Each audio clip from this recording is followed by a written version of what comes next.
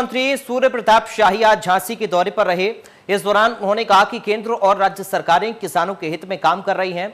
4 जून तक झांसी में मंडल में 45,000 से अधिक किसानों से गेहूं खरीद की जा चुकी है, जिसमें 85% किसानों को भुगतान किया जा चुका है। उन्होंने नाम ना लेते हुए कांग्रेस पर टिप्पणी करते हुए कहा कि कृषि बिल को लेकर जो छाती पीट रहे हैं, उन्होंने अपने शासनकाल में किसानों को कुछ भी नहीं किया है।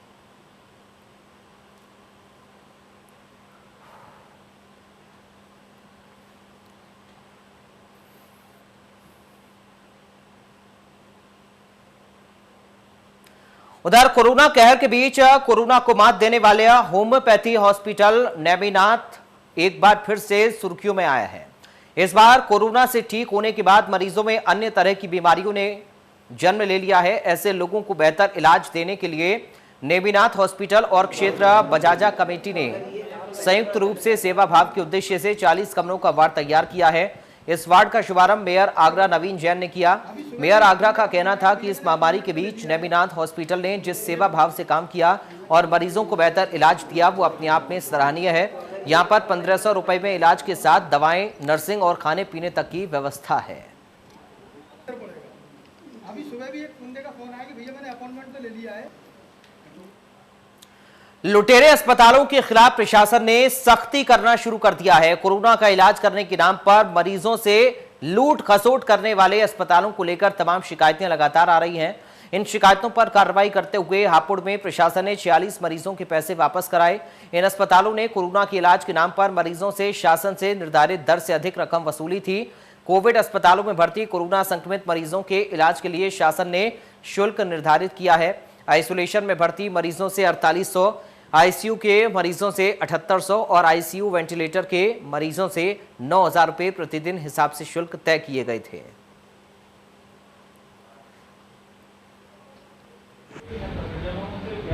उत्तर प्रदेश और केंद्र सरकार का एक स्लोगन देखने को मिलता है कि मोदी है तो मुमकिन है और योगी है तो यकीन है। इसी को लेकर जो महामारी की दूसरी लहर ने जो अपना कहर बरपाया था, कई लोगों ने अपनी जानें दे दी थी। प्राइवेट हॉस्पिटलों को भी जो है एंगेज किया गया था जिलाधिकारी द्वारा कि उसमें इलाज चलेगा, मगर वहाँ पर शिकायत मिल रही थी कि उस इलाज के दौरान जो पीड़ित थे उनसे जो है ज़्यादा रकम वसूली गई, ज़्यादा पैसा वसूला गया। उसको लेकर जिलाधिकारी महोदय ने सभी को नोटिस जारी किया और उनसे जो भी शिकायत मिली तो उनका पैसा वापस कराया।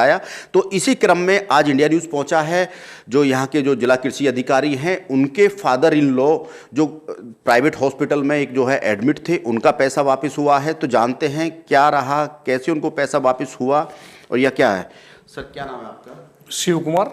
शिव कुमार जी, आपको जो पैसा वापस हुआ कैसा आपको लग रहा है? नहीं, लग तो अच्छा रहा है कि चूँकि जो है एक तो पीड़ित उसका स्वर्गवास हो गया, तो निश्चित रूप से जो है परिवार में तो किल्लत आती ही है। अब चूँकि जो है वो एक्सपेंस जो है समात इतना हो गया था, प्राइवेट हॉस्पिटल ने वैसे तो बिल बड़े लंबे चौड़े बनाए हैं, लेकिन ये सरकार की अवेयरनेस और प्रशासन की एक दृढ़ इच्छा से इन निजी अस्पतालों पे जो शिकंजा कसा गया है, और निश्चित रूप से मुझे भी इन्फॉर्म हुआ था कि भाई पैसा आपका वापस होगा, और मुझसे जो है 50,000 रुपया वसूला गया था केवल 3 दिन का, तो वो मुझे वापस कराया गया। नहीं सर, एक चीज़ हम ये जानकारी करना चाहते हैं कि जैसे ही आपसे पैसा वसूला गया था तो सरकार की गाइडलाइन थी, सरकार के दिशा निर्देश थे, जिला प्रशासन के भी दिशा निर्देश, उसके बाद इन अस्पतालों ने जब, क्योंकि आप भी एक अधिकारी हैं, जिस तरीके का रवैया अपनाया है, तो उस पर आप क्या कहना चाहेंगे?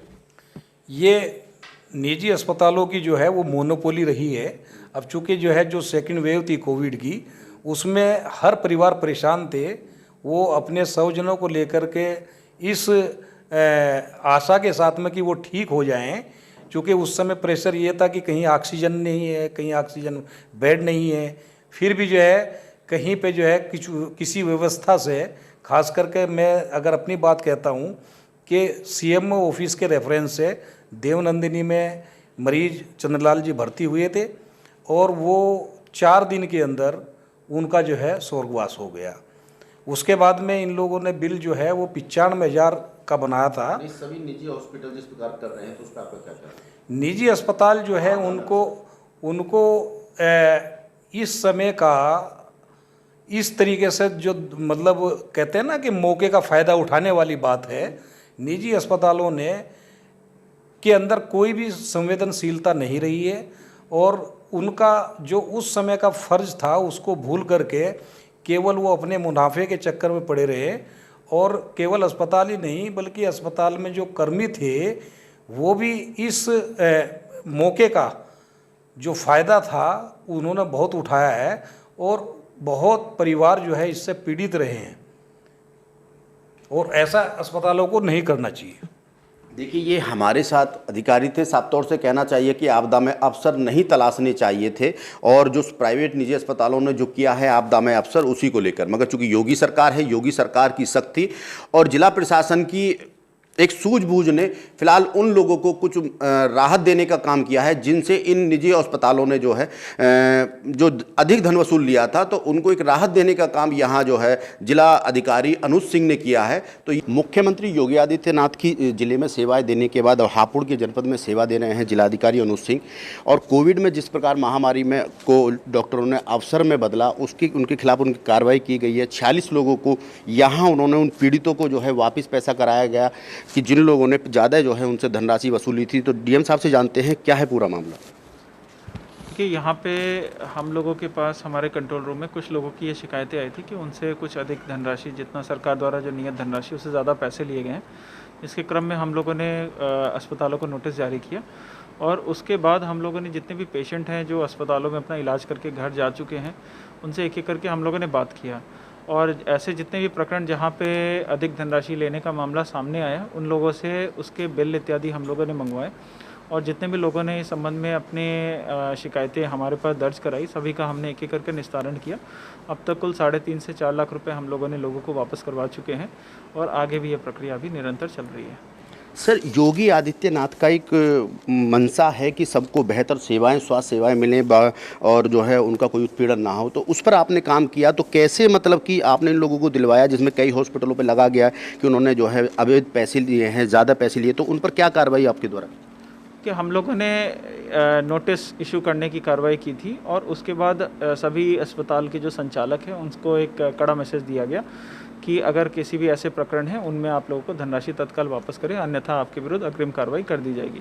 ठीक है, हापुड़ छोटा जनपद है और यहाँ पे हमारे जो डॉक्टर हैं, जो मेडिकल कॉलेजेस हैं, इन लोगों ने अच्छा कार्य किया है कोविड नियंत्रण में और इस चीज़ को भी हम इनकार नहीं कर सकते। लेकिन जहाँ जहाँ पे जिन भी मामलों में इस आपदा को अवसर में बदलने का प्रयास हुआ है, ऐसे मामलों में जो भी हमें शिकायतें आ रही है उसको हम तत्काल निस्तारण करके हम लोगों को उनकी धनराशि वापस कराएंगे। अगर किसी अस्पतालों के द्वारा आनाकानी की जाती है तो हम आगे उसमें एफआईआर और निरस्तीकरण की कार्रवाई भी करेंगे। सर, एक चीज़ देखा जा रहा है कि जनपद में अभी तक आप 44 लोगों को जो है उनको मतलब कि उनकी धनराशि वापस करा चुके हैं और ये सैकड़ों की तादाद में है। तो इन पर कैसे, अभी कितने ऐसे मामले लंबित हैं और ऐसों पर कितनों पर कार्रवाई की जाने को आएगी? देखिए, लंबित एक भी मामला नहीं है। जितने भी लोग सामने आए हैं सभी का पैसा वापस हो गया है। आज के दिन में कोई भी आवेदन हमारे पास लंबित नहीं है और अगर एक आध एप्लीकेशन अगर आ रहा है हम स्वयं उनसे संपर्क करें और उन्हें हम धनराशि वापस करें। कोई मामला एज ऑफ नाउ कोई लंबित नहीं है हमारे पास। तो ये थे हमारे साथ जिलाधिकारी अनुज सिंह, जिनका साफ तौर से कहना था कि जो योगी सरकार की जो मंशा है उसको लेकर यहाँ कार्रवाई की जा रही है और जिन्होंने आपदा को अवसर में बदला है वो ऐसे अस्पताल और चिकित्सकों के खिलाफ भी कार्रवाई की जाएगी।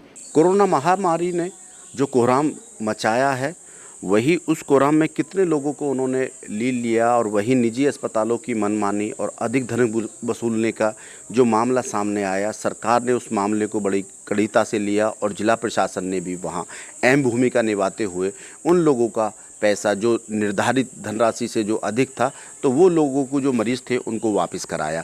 ये बहुत बड़ी पहल है और जनपद हापुड़ के जो जिलाधिकारी हैं उन्होंने इस पहल को अंजाम दिया है। तो आज हम वैसे उसी एक मरीज़ के पास हैं जिनका जो है सरकार द्वारा, जो अधिकारियों द्वारा जो पैसा वापस किया गया है और वो अस्पताल में एडमिट रहे थे, उनका पैसा। तो आज जानते हैं कि उनसे कैसा, हमारे साथ है सुजीत त्यागी जी, उनसे बात करते हैं कि उन्हें कैसा लग रहा है और किसके लिए वो उनकी जो प्रतिक्रिया है क्या है। क्या नाम है आपका? मेरा नाम सुजीत त्यागी है। और जब मैं एडमिट हुआ था वहाँ हॉस्पिटल में, कौन सा हॉस्पिटल में? मैं देवनंदिनी हॉस्पिटल में एडमिट रहा 4 डेज़ और वहाँ मेरा ट्रीटमेंट से मुझे कोई प्रॉब्लम नहीं, ट्रीटमेंट बहुत अच्छा रहा, डॉक्टर्स बहुत अच्छे थे, उनका ट्रीटमेंट अच्छा था।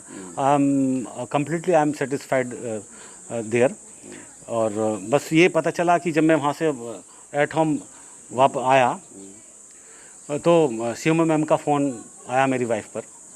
उन्होंने पूछा कि कितनी बार कितना उन्होंने पेमेंट लिया, कितना एक्सपेंसेस आपको देना पड़ा इन हॉस्पिटल। तो मेरी वाइफ ने बताया तो 67,000 उन्हें देना पड़ा, और मेडिसिन का एक्सपेंसेस सेपरेट था। तो मैम ने सीएमओ मैम ने फ़ोन किया, 5-6 बार फ़ोन किया उन्होंने, वाइफ से फिर बात की। तो आप वहाँ जाइए, हॉस्पिटल जाइए और आपको डेफिनेटली आपका एक्सपेंसेस दिया जाएगा। जितना आपने कैश में हैंड ओवर किया वो पैसा आपको दिया जाएगा।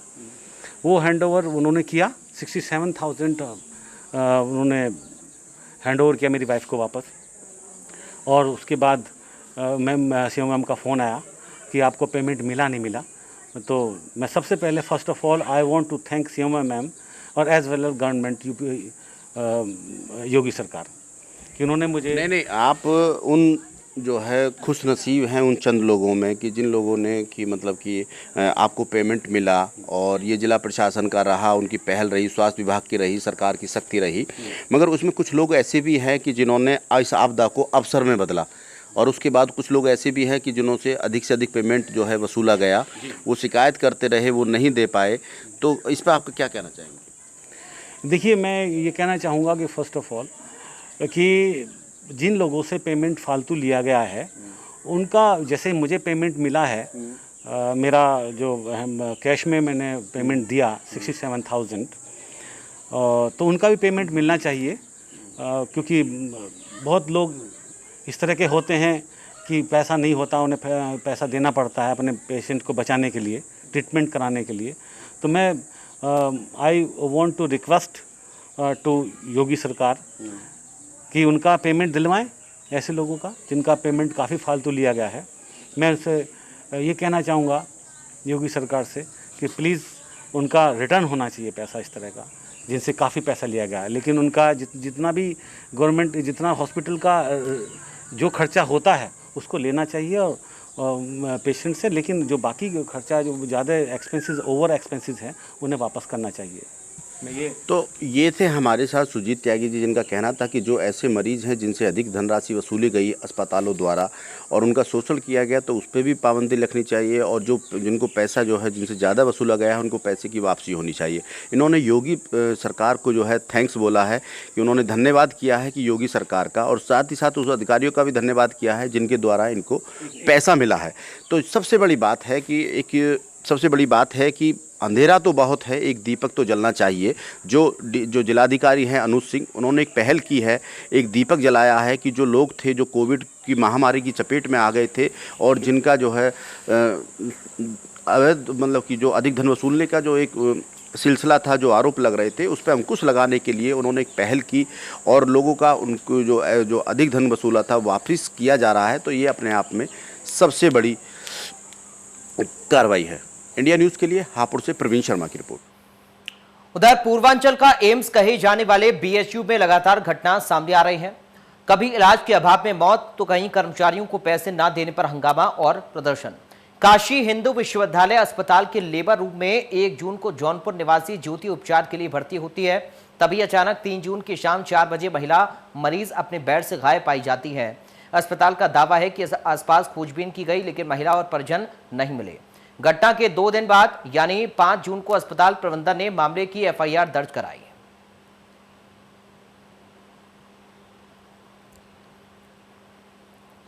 लखीमपुर खीरी में आज वीकेंड लॉकडाउन का दूसरा दिन है। लखीमपुर खीरी में कोरोना केस कम होने के बाद लॉकडाउन हटा दिया गया, लेकिन वीकेंड लॉकडाउन अभी भी जारी है। वहीं वीकेंड लॉकडाउन का पालन कराने के लिए पुलिस लगातार मुस्तैद है और वीकेंड लॉकडाउन का पालन करा रही है। उल्लंघन करने वालों पर पुलिस कार्रवाई कर रही है।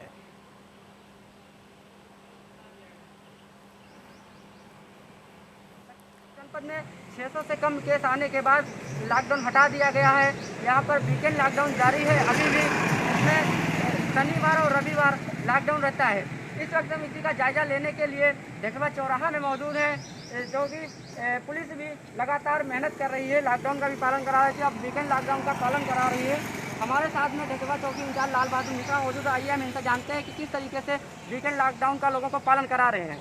किस तरीके से आप लोगों को पालन करा रहे हैं? आप लोग जानते हैं कि 600 से कम केस होने पर लखीमपुर जनपद में अनलॉक की प्रक्रिया शुरू हो गई है और शासन के निर्देशानुसार सोमवार से शुक्रवार तक अनलॉक की प्रक्रिया जो थी निर्धारित समय के अनुसार दुकानें खुलवाई जाती हैं और वीकेंड में शनिवार और रविवार के दिन अभी लॉकडाउन की स्थिति बनी हुई है, तो इसलिए सभी दुकानें बंद कराई गई हैं और उसी लॉकडाउन में सभी लोगों को जागरूक किया जा रहा है। लोगों को कम से कम निकलने के लिए अनुरोध किया जा रहा है और माइक के माध्यम से हम लोग गाड़ियों में माइक लगवाए हैं, सब लोगों को जागरूक करते हैं, मास्क लगा के निकलें, बिना मास्क के बाहर ना निकलें और खुद सुरक्षित रहें और परिवार को सुरक्षित रखें। ये हमारी जो है प्रयास है हम लोगों का, जिससे सभी लोगों की जान की सुरक्षा की जा सके और लोगों को कम से कम कोरोना वायरस से खतरा हो। जैसा कि चौकीदार लाल बहादुर मिश्रा ने बताया कि लोगों को वीकेंड लॉकडाउन का पालन कराया जा रहा है। वीकेंड लॉकडाउन का आज दूसरा दिन है और लोगों से अपील की जा रही है कि घर से अनावश्यक कार्य से ना निकले, जो कोई ज़रूरी काम है तभी घर से बाहर निकलें और मास्क लगाकर ही घर से बाहर निकलें। लॉकडाउन का पालन करने वालों पर कार्रवाई भी की जा रही है। लखीमपुर खीरी से इंडिया न्यूज़ के लिए अभिषेक कुमार की रिपोर्ट। हाथरस को कोरोना कर्फ्यू से बेशक राहत मिली हो, लेकिन कोरोना महामारी ने तरबूज और खरबूज के किराए पर खेत लेकर खेती कर रहे किसानों को पूरी तरह बर्बाद कर दिया है। फसल खेतों में पूरी तरह से पककर तैयार है, लेकिन बाजार बंद होने के कारण खरीदार नहीं मिल रहे। किसानों के सामने फसल बेचने की समस्या है। किसानों की माने तो बाजार बंद होने के कारण व्यवसायी नहीं आ रहे हैं और स्थानीय स्तर पर भी मांग कम है, जिस कारण फसलों में फसल खेतों में ही बर्बाद हो रही है। उनके परिवार के सामने रोजी रोटी की समस्या अब उत्पन्न हो रही है।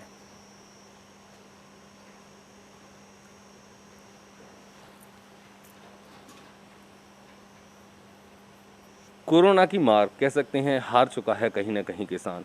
मैं इस समय की खेत में खड़ा हुआ हूँ। ये तरबूजे की फसल यहाँ पैदा की जाती थी, जिससे किसान अपनी अच्छी खासी इनकम करता था।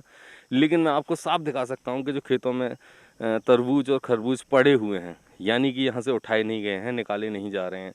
ये देख सकते हैं आप कि जो पूरा खेत है लगभग एक वीराना सा पड़ा हुआ है। इसमें फल तो पड़े हुए हैं जो अपने आप कहीं कहीं सड़ते हुए चले जा रहे हैं, क्योंकि किसान को कहीं ना कहीं मार पड़ी है इस कोरोना की। यदि किसान की माने तो माल जो बिक नहीं रहा है तो वो वापस भी लाना पड़ता है। जो कुछ माल बचा हुआ है, बस ये कहिए कि एक तरह से किसान अपनी रोजी रोटी कमाने के लिए कहीं ना कहीं इसमें दर्द के साथ जी रहा है। वहीं हमारे साथ में कुछ किसान जो खेत के स्वामी हैं वो खड़े हुए हैं, उनसे जानते हैं क्या स्थिति है इस समय, क्यों पड़े हुए हैं इतने? ये कोरोना की वजह से मार्केट में बिक नहीं रहा और वापस भी लेके आना पड़ता है, मार्केट में नहीं बिकता है। तो कितना घाटा मानते हैं आप इसमें? कुछ इनकम जो लगाई लागत थी वो निकली या नहीं निकल पाई? नहीं निकल पाई सर, लागत कहाँ निकलेगी इसकी? खेत की जुताई, बवाई, बीज फीज कुछ नहीं निकलाएगा। कुछ नहीं निकला no. यानी सीधा सा कह सकते हैं जो लागत लगी थी वो पूरी तरह से नहीं निकल पाई। कोरोना की वजह से मंडी पूरी नहीं हो पा रही है और ये पूरा सामान अपना वहाँ तक नहीं पहुँचा पा रहे हैं। एक किसान हमारे साथ भी हैं। ये खेत इन्होंने भाड़े पे लिया है। क्यों? खेत आपका है या आपने लिया है? ये भाड़े पे लिया है, लिया है। बाकी पर फिर क्या किया है इसमें? यही खरबूजे तरबूजे हैं आपके? तरबूजे की है कुछ निकला इसमें से?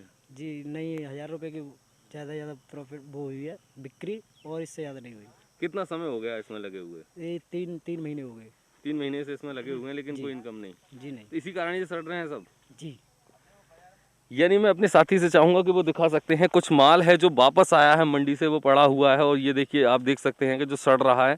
कह सकते हैं जो पेड़ों पे लगा हुआ फल है उसे तोड़ने की अभी हिमायत नहीं उठा पा रहे हैं, न मेहनत कर रहे हैं कि पेड़ों से भी उन फलों को तोड़ा जाए और उन्हें मंडी तक पहुँचाया जाए। तो कह सकते हैं कोरोना की मार प्लस जो प्रकृति की मार है, बारिश, उसने भी कहीं ना कहीं इनको बहुत बड़ा नुकसान पहुँचाया है। PN Sharma, India news, Hathras. तो फिलहाल इन तमाम खबरों के साथ इस बुलेटिन से मुझे दीजिए इजाजत। बाकी खबरों के लिए आप देखते रहिए इंडिया न्यूज़।